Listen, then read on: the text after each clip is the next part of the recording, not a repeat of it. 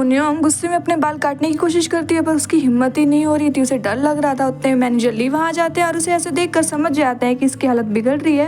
वो उसको कुछ सामान पैक करके उसे वहाँ से जाने के लिए कहते हैं, उसे खींच के ले जाने लगते हैं। मुन्योंग की इस हालत में यहाँ नहीं छोड़ना चाहते थे इसलिए उसे जबरदस्ती खींच के ले जा रहे थे, पर तभी वहाँ पर गैंग जी आ जाता है, उन्हें पीछे हटने के लिए कहता है। वो कहता है कि अगर मुन्योंग नहीं जाना चाहती तो वो नहीं जाएगी और मैं तुम्हें उसे ले जाने भी नहीं दूंगा। ये सुनकर मुन्योंग तो बहुत खुश हो जाती है और वो कहती है कि इसे यहाँ से बाहर निकाल दो।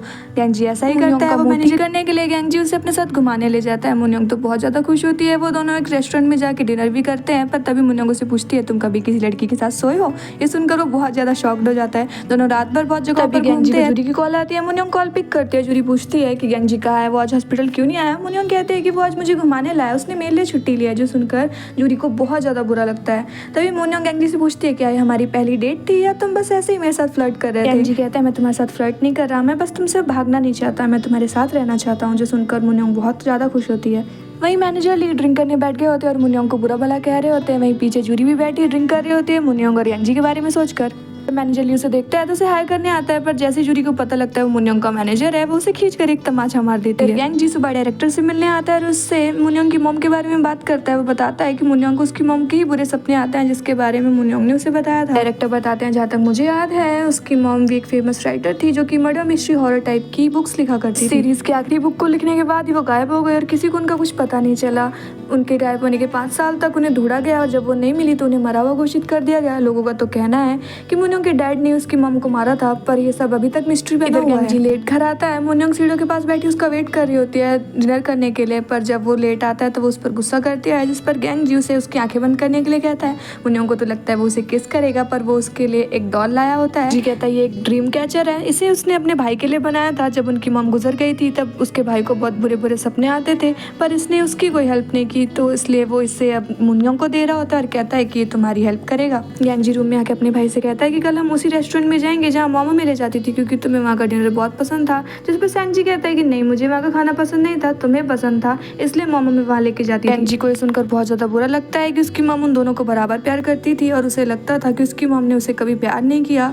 वो याद करता है कि वो सैंग जी का ज़्यादा ध्यान रखती थी क्योंकि वो एक स्पेशल चाइल्ड था और उसे केयर की ज़्यादा ज़रूरत थी। उसे बहुत अफसोस होता है कि उसने इतने साल अपनी माँ को गलत समझा और वो सैंग जी को गले लगा कर रोता है, जिस पर सैंग जी भी उसे कंसोल करता है। सुबह मुन्योंग जब हॉस्पिटल आती है तो देखती है उसकी लिटरेचर की क्लास को बंद कर दिया गया होता है क्योंकि उसकी वजह से एक पेशेंट की हालत खराब हो गई थी जो उसे अपनी बेटी समझ रही थी।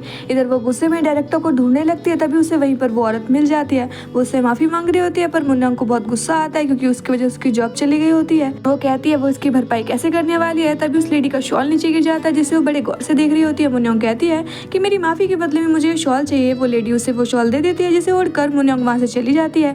वो लेडी गैंग जी से कहती है कि अब मैं आज़ाद हूँ। ये गिल्ट था कि मेरी वजह से मेरी बेटी की जान गई और ये शॉल मुझे मेरी बेटी ने दिया था, अब ये शॉल मेरे पास नहीं है, इसलिए अब मैं आज़ाद हूँ। तभी गैंग जी मुन्योंग के पास आकर उसे कहता है कि तुमने अनजाने में ही सही एक बहुत अच्छा काम किया, तुमने उस औरत की अपने गिल्ट से निकलने में मदद की। जो सुनकर मुन्योंग को बहुत खुशी होती है। वो अगली सुबह अपने डर का सामना करने के लिए अपने बाल को काटने का डिसाइड करती है। वो अपनी मॉम की डर की वजह से कभी नहीं काट पाई थी, पर वो अपने बाल फाइनली काट लेती है। जब गैंग जी घर आता है तो वो उसे अपने बाल दिखाती है।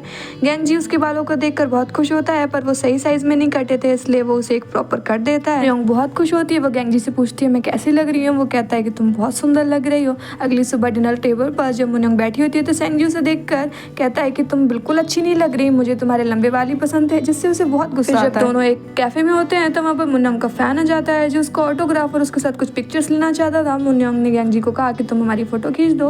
उन दोनों को इतना क्लोज देखकर गैंग जी तो बहुत ज्यादा जल रहा था। उसे ऐसे देखकर मुन्योंग को मजा आ रहा होता है और वो और फोटो खींचने के लिए कहती है। जब दोनों बाहर आते हैं मुन्योंग पूछती है क्या तुम जेलस थे। वो कहता है कि नहीं मैं क्यों जेलस होऊंगा, और ये कहकर वो जाने लगता है। पर असली बात तो ये थी कि वो उससे बहुत ज्यादा जेलसी हुई थी। बात मुन्योंग भी जानती थी। उधर मुन्योंग के डैड को एक गाना सुनाई देता है जो उनकी वाइफ अक्सर गाया करती थी, जिसे सुनकर उन्हें लगता है कि उनकी वाइफ उनके आसपास है। ये चीज वो डायरेक्टर को बताते हैं और डायरेक्टर सीसीटीवी में चेक करते हैं कि उनके आसपास कौन कौन लोग गए थे। देखते हैं कि हॉस्पिटल के स्टाफ के अलावा वहाँ पर एक ओरिन नाम की पेशेंट सबसे ज्यादा दिखाई दी थी। उन्हें डाउट होता है कि कहीं उन्होंने ही तो वो गाना नहीं गाया। वो उनसे पूछते हैं पर वो तो साफ साफ मना कर देते हैं। इधर घर में सैंग जी मुन्योंग के हाथ में वही ड्रीम कैचर देखकर उसे मांगने लगता है, पर वो उसे नहीं देती तो वो उससे छीनने लगता है। इसी छीना झपटी में वो ड्रीम कैचर 2 हिस्सों में बढ़ जाता है, जिसके बाद तो उन दोनों के बीच में घमासान मार पिटाई शुरू हो जाती है। वो दोनों लड़ने लगते हैं। जी जब घर आता है तो वो ये सब देखकर शॉक हो जाता है। वो उन दोनों को एक दूसरे के बाल छोड़ने के लिए कहता है, पर वो दोनों नहीं मान रहे होते थे। वो दोनों पर चिल्लाकर गुस्सा करता है, जिस वजह से दोनों अपने अपने रूम में चले जाते हैं। इधर गैंग जी को समझाता है कि स्ट्रीम कैचर की जरूरत मुन्योंग को ज़्यादा है क्योंकि उसे बुरे सपने आते हैं, जिसकी वजह से सैंग जी उसे वो देने के लिए तैयार हो जाता है, पर वो कहता है कि मैं तुम्हें उसके साथ नहीं बांटूंगा। तभी गैंग जी उस स्ट्रीम कैचर को सोफे पे बैठ के सलने लगता है। तभी मुन्योंग वहाँ आती है, वो उसे बताता है कि सैंग जी तुम्हें ये देने के लिए मान गया है। वो बहुत खुश होती है और उसे दोपहर का इंसिडेंट याद कराती है कि जब वो जेलस हुआ था। मुन्योंग गैंग जी की गोद में सर रख कर ही सो जाती है। गैंग जी उस स्ट्रीम कैचर को सिलने के बाद मुन्योंग के पास रखकर उसे सुला देता है। अगली सुबह तीनों इकट्ठे हॉस्पिटल जाते हैं क्योंकि मुन्योंग की लिटरेचर की क्लास दोबारा से ओपन हो गई होती है। पेशेंट्स की डिमांड पे मुन्योंग की क्लास दोबारा शुरू हो गई होती है और हमारा गैंग जी तो अब सिर्फ मुन्योंग के बारे में ही सोचता रहता है क्योंकि उसे रियलाइज़ हो गया था कि वो मुन्योंग को पसंद करता है। क्लास ख़त्म होने के बाद मुन्योंग जब विजिटिंग एरिया में आती है तो देखती है कि एक पेशेंट का पति उस पर हाथ उठाने वाला होता है, जिस पर मुन्योंग उस पर कैन फेंक कर मार देती है। वो आदमी गुस्से में मुन्योंग के ऊपर हाथ उठा देता है, जिसे गैंग जी देख लेता है और आके वो उसे मुक्का मारता है। वो उसे और भी मारा होता है कि लोग आकर उसे रोक लेते हैं। इतने गुस्से में गैंग जी को सबने पहली बार देखा होता है, जिस वजह से गैंग जी को कुछ दिन के लिए सस्पेंड कर दिया जाता है। गैंग जी इस बात से खुश होता है क्योंकि उसने पहली बार अपने इमोशंस को एक्सप्रेस किया होता है, उसने अपनी फीलिंग्स को दबाया नहीं होता। मुन्योंग से कहता है कि मुझे सस्पेंड कर दिया गया है, चलो हम दोनों हॉलीडे पर चलते हैं, सिर्फ हम दोनों। तुमने मुझे कहा था ना कि तुम मुझे हॉलीडे पर लेकर चलोगी, जिस पर मुन्योंग खुश होकर हाँ कर देती है। वो दोनों ये सब के बारे में बात कर ही रहे होते हैं कि गैंग जी कहता है कि मैं सिर्फ दिन के टाइम पर जा सकता हूँ क्योंकि वापस आकर उसे सैंग जी का ध्यान रखना है। इस पर मुन्योंग थोड़ी नाराज़ होती है। फिर वो दोनों डिसाइड करते हैं कि वो एक दिन के लिए ट्रिप पर जाएंगे और सैंग जी का ख्याल यूसु रख लेगा। ये सुनकर मुन्योंग बहुत खुश होती है। वहाँ पर बहुत ही रोमांटिक सा माहौल बन गया होता है। दोनों किस करने ही जा रहे होते हैं कि अचानक वहाँ पर एक हिरन की आवाज़ आती है, जिससे गैंग जी तो शर्मा कर वहाँ से भाग जाता है और मुन्योंग गुस्से में उस हिरन को गाली देने लगती है। आखिरकार अगले दिन दोनों तैयार होकर ट्रिप पर चले जाते हैं। वो लोग बहुत सारी जगहों पर घूमते हैं, एंजॉय करते हैं और इन मोमेंट्स को याद करने के लिए फ़ोटो भी खींचते हैं। मुन्योंग को हाइट से डर लगता है, पर गैंग जी उसे एक ब्रिज पर लेके जाता है और उसे टीज करने के लिए उसके पास जाने लगता है और मुन्योंग भी डरते हुए उसके पीछे आने लगती है। ऐसे दोनों बहुत एंजॉय करते हैं। इधर मिस्टर ली के पास रहने के लिए कोई घर नहीं था, इसलिए वो जूरी के घर ही आ जाते हैं और यहाँ पर सब लोग बहुत एंजॉय करते हैं। वो साथ में डिनर करते हैं। वहीं मिस्टर ली तो जूरी के साथ वो सबके सामने फ्लर्ट कर रहे थे क्योंकि वो जूरी को पसंद करते थे। वहीं गैंग जी मुन्योंग से पूछता है कि उसके और जूरी के बीच में क्या हुआ, तो वो बताती है कि वो दोनों साथ में स्कूल जाते थे और जूरी को बच्चे बुली किया करते थे, जिससे वो बहुत डरती होती थी और मुन्योंग से सब बच्चे डरते थे, इसलिए एक दिन उसने उसकी हेल्प कर दी थी। फिर दोनों दोस्त बन गए थे। जूरी की वजह से मुन्योंग को कभी भी अकेला फील नहीं हुआ था। वो और जूरी को भी बच्चे परेशान नहीं करते थे, पर जूरी को दूसरे बच्चों के साथ खेलना पसंद था जो मुन्योंग को पसंद नहीं था, इसलिए मुन्योंग ने उन बच्चों को भी डरा के भगा दिया, जिस वजह से कोई भी जूरी के साथ नहीं खेलता था, जिस वजह से जूरी ने उसके साथ दोस्ती तोड़ दी थी। Coming back to the present, gang जी कहता है कि तुम्हें उसके साथ दोबारा दोस्ती कर लेनी चाहिए। इस पर मुन्योंग कहती है कि इसकी कोई ज़रूरत नहीं है, अब मेरे पास एक बेस्ट फ्रेंड है और तुम भी तो हो। दोनों सोने जाते हैं और गैंग जी ने बहुत ड्रिंक कर ली थी, इस वजह से वो स्माइल कर रहा था। मुन्योंग कहती है तुम हंसते हुए कितने क्यूट लगते हो, जिस पर गैंग जी कहता है कि आज मुझे तुम्हारे साथ बहुत मज़ा आया।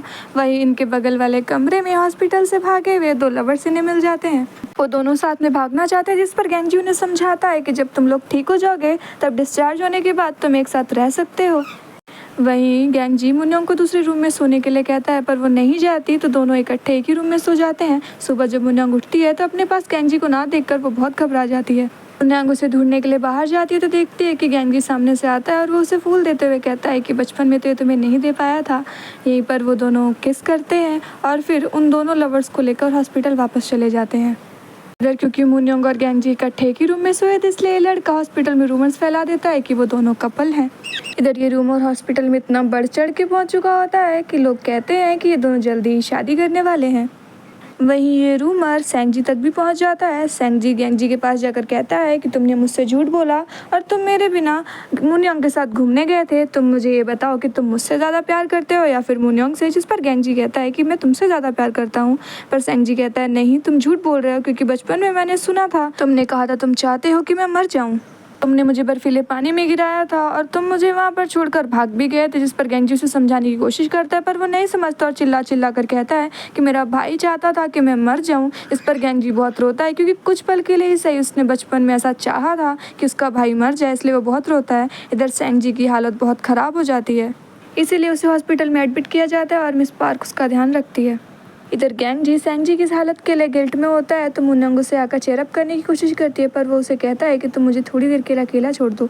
मुन्योंग कहती है कि उस इंसिडेंट में तुम्हारी कोई गलती नहीं थी, तुम्हारा भाई खुद पानी में गिरा था। जिस पर गेंजी कहता है कि मैं इस बात को झुठला नहीं सकता कि कुछ पल के लिए ही सही मैंने चाहा था कि मेरा भाई मर जाए, यहाँ तक कि मैं तो उसे छोड़कर वहाँ से भाग भी गया था। तुमने मुझे बचाकर सही नहीं किया, आज तुम्हारी वजह से मुझे ऐसी ज़िंदगी जीनी पड़ रही है। बोलकर वो वहाँ से चला जाता है। यहाँ सेंग जी धीरे धीरे ठीक होने लगा था। उसकी मिस पार्क से अच्छी दोस्ती हो गई थी, पर वो अभी भी गेंजी से बात करने के लिए तैयार नहीं था, जिस पर गेंजी बहुत उदास था।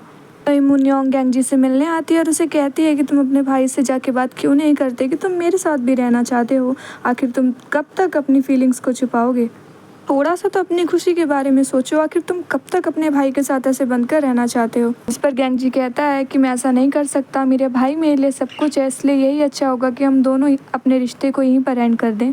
और वह ऐसा कहकर वहाँ से चला जाता है, जिस पर मुन्योंग बहुत रोती है।